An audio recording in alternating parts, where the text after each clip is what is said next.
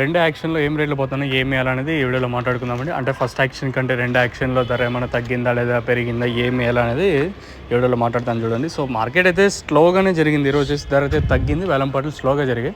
అటు రీజన్ కూడా ఏం అర్థం అవడం లేదు. ఒక రోజు మంచిగా రైజ్ అయిందంటే మరుసటి రోజు మళ్ళీ డౌన్ అవుతుంది.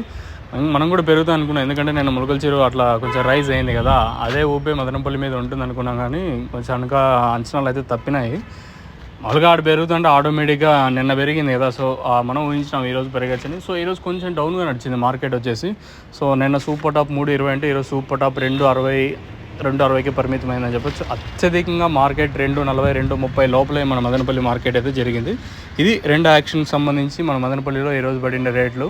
ఇంతకు మించి పోయేదానికి ఛాన్స్, ఎందుకంటే ఆల్మోస్ట్ కంప్లీట్ అయిపోయింది కాబట్టి. బయట బండి ఒకటి వచ్చింది, అది కన్సిడర్ చేసుకోవద్దండి, ఎందుకంటే అది ఎవరు కొనేటోళ్ళు నాకు తెలిసినంత వరకు మన లోకల్కాయ అంత మంచి క్వాలిటీకాయ 2.20 2.30 2.40 పడేటప్పుడు అది మినిమం టు మినిమం ఇంకా తక్కువే పడే ఛాన్స్ ఉంది కాబట్టి దాన్ని ఎవరు కన్సిడర్ చేయరు. సో నాకుండే ఐడియా ఇది ఇన్ఫర్మేషను. మీకు ఎంతకన్నా దీంట్లో ఏమైనా డౌట్లు ఉంటే కింద కమెంట్ సెక్షన్లో తెలియజేయండి. ఇంకా తక్షణ నందకలకి బోరం గురించి ప్రత్యేకంగా ప్రతి వీడియోలో చెప్పడానికి నాకు కూడా ఇష్టం ఉండదు, ఎందుకంటే మీకు తెలిసిందేదే కొత్తగా మన వాళ్ళు సబ్స్క్రైబర్స్ కానివ్వండి, అలాగే మన ఛానల్ చూస్తున్న ప్రతి ఒక్కరికి నా సలహా ఏమంటే తక్కువ ప్రైస్లో ఉంటుంది, ఎఫెక్టివ్గా పనిచేస్తుంది.